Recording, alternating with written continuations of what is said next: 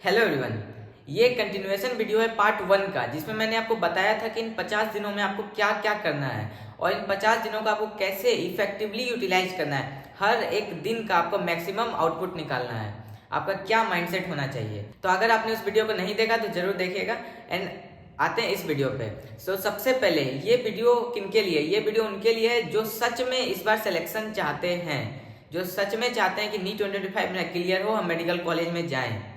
ये वीडियो उनके लिए है जो टाइम देख के मेहनत नहीं करते, जो बार बार घड़ी नहीं देखते कि हाँ इतना बज रहा है, हमको इतना देर पढ़ना है, 2 घंटा पढ़ना है, जो बिना घड़ी देखे मेहनत करते हैं। ये वीडियो उनके लिए है, क्योंकि इस वीडियो में मैं आपको मेहनत करने बताने वाला हूँ कि मैं आपको इन 50 दिनों में डे 1 से डे 50 तक आपको डेली का टारगेट देने वाला हूँ कि आपको इस दिन ये चैप्टर कंप्लीट करना है डेली का।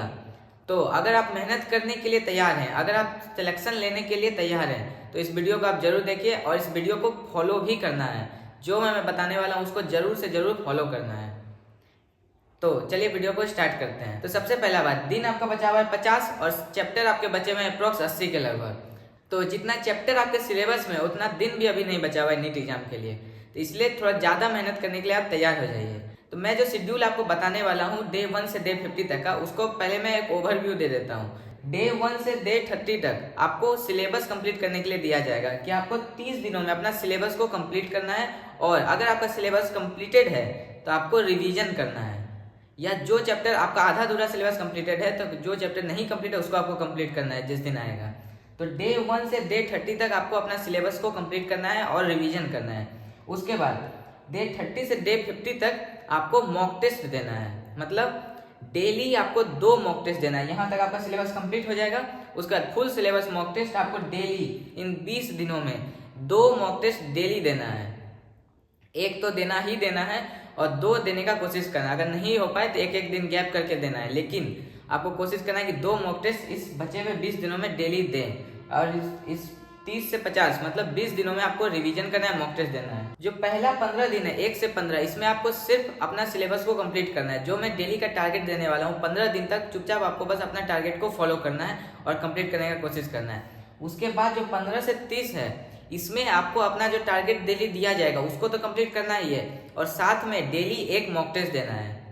पार्ट सिलेबस मॉक टेस्ट या फुल सिलेबस आपको कोशिश करना है देने का। आपको इस 15 से 30 दिन के अंदर आपको देना है मॉक टेस्ट, और इस 30 से 50 दिन के अंदर भी आपको देना है मॉक टेस्ट। यहाँ आपको पार्ट टेस्ट देना है और यहाँ पे आपको फुल सिलेबस मॉक टेस्ट देना है। तो यहाँ पे आप डे 15 से डे 30 में आपको 15 मॉक टेस्ट देना है पार्ट सिलेबस टेस्ट, और डे 30 से डे 50 के बीच में जो 20 दिन आता है यहाँ आपको डेली 2 फुल सिलेबस टेस्ट देना है, 40 आपको फुल सिलेबस टेस्ट देना है। अगर किसी कारण से आप 40 नहीं दे पाते हैं तो मिनिमम आपको कोशिश करना है कि 30 तो फुल सिलेबस टेस्ट दे ही दे। अपना कोशिश फुल करना है कि कम से कम 30 तो दे ही दे।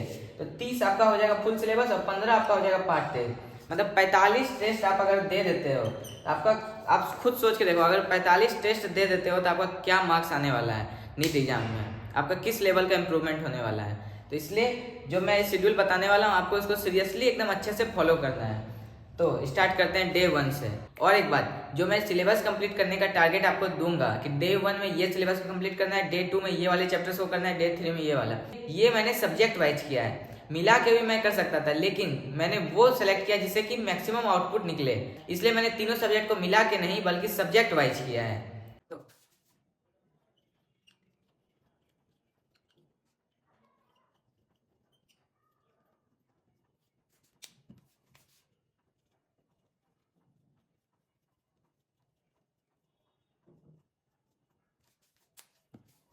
तो डे 1 में आपको बायोलॉजी के कुछ चैप्टर्स को कंप्लीट करना है, डे 2 में केमिस्ट्री के कुछ चैप्टर को, डे 3 में फिजिक्स के कुछ चैप्टर को, और ऐसे ही आपको बाकी रिपीट करना है। जैसे डे 4 आएगा तो उसमें फिर बायोलॉजी, डे 5 आएगा तो उसमें फिर केमिस्ट्री, डे 6 आएगा तो उसमें फिर फिजिक्स, इस तरह करके आपको सिलेबस को कंप्लीट करना है। तो मैं आपको डे वाइज आप चैप्टर्स बताता हूँ, तो आप इसे नोट डाउन कर सकते हैं, नहीं तो जो मैं बताने वाला हूँ इसका आप स्क्रीनशॉट ले सकते हैं।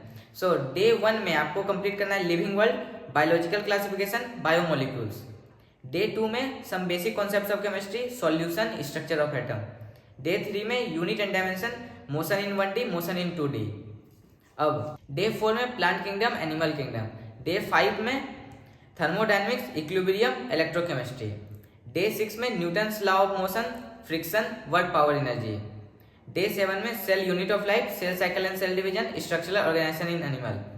डे 8 में redox reaction, chemical kinetics and biomolecules. Day 9 में gravitation and rotational motion.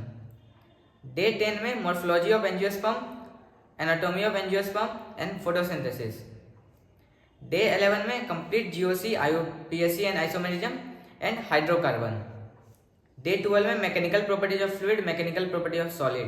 Day 13 में respiration, plant growth and development, sexual reproduction in angiosperm. Day 14 में alkyl halide and aryl halide, alcohol, phenol and ether, aldehyde, ketone and carboxylic acid. Day 15 में thermal properties of matter, thermodynamics and KTG. Day 16 में human reproduction, reproductive health and evolution. Day 17 में amines, periodic table, chemical bonding. Day 18 में oscillation and waves. Day 19 में principle of inheritance, molecular basis of inheritance.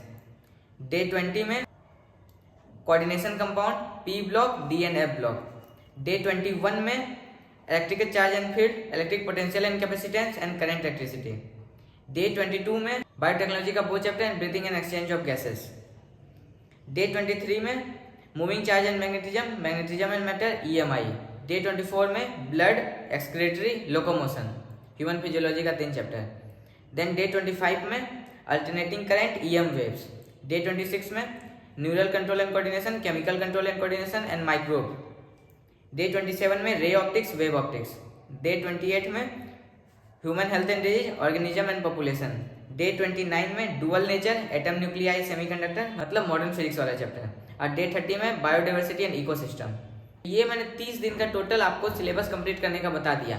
इसमें आपको जो day 1, day 2, day 3 करके दिया हुआ है, ये आप 3 दिन का अपने अकॉर्डिंग भी चेंज कर सकते हैं। मतलब आपको 3 दिन को एक फ्रेम मान के चलना है। इस 3 दिन में आप सिलेबस को, चैप्टर्स को ऊपर नीचे कर सकते हैं। तो मतलब ये जो मैंने आपको प्लानर बताया है कि डे 1 से डे 30 तक का सिलेबस कंप्लीट करने का, ये बेस्ट प्लानर है।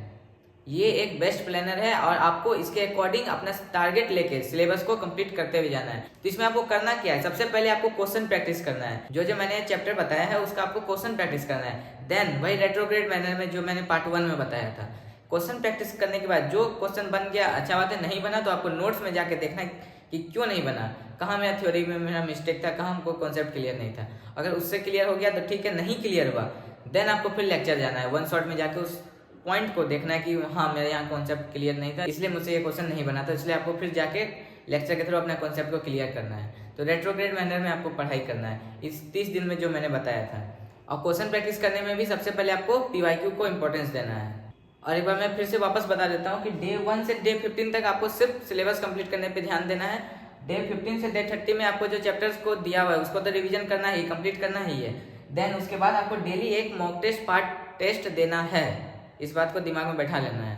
देन डे 30 से डे 50 के बीच में आपको फुल सिलेबस मॉक टेस्ट देना है। टोटल आपका 45 मॉक टेस्ट होता है। अगर आप इतना मेहनत कर लेते हो, जो मैंने आपको शेड्यूल बताया और जो मैंने आपको टेस्ट का शेड्यूल बताया, अगर आप इसको फॉलो कर लेते हो तो आपका सिलेक्शन कोई नहीं रोक सकता है। अगर आप इतना मेहनत कर लेते हो, 50 दिन में अपना जी जान लगा के मेहनत कर लेते हो, बिना टाइम देखे मेहनत कर लेते हो कि हम इतना देर से पढ़ रहे हैं अब हमको उठना चाहिए, ये चीज़ अगर दिमाग में नहीं आता है तो आप इस बार सिलेक्शन लेके जाओगे। क्योंकि ये आसान नहीं है, ये मुश्किल है, बहुत मुश्किल वाला काम है, इसलिए तो बहुत को छोड़ देते हैं आधे में। लेकिन अगर आप मेहनत कर जाते हो, इन 50 दिन को कैसे भी मेहनत करके आप निकाल लेते हो, सिलेक्शन के प्रति अपने आप को डेडिकेटेड कर देते हो नीट के प्रति, तो आपका सिलेक्शन जरूर होगा। All the very best.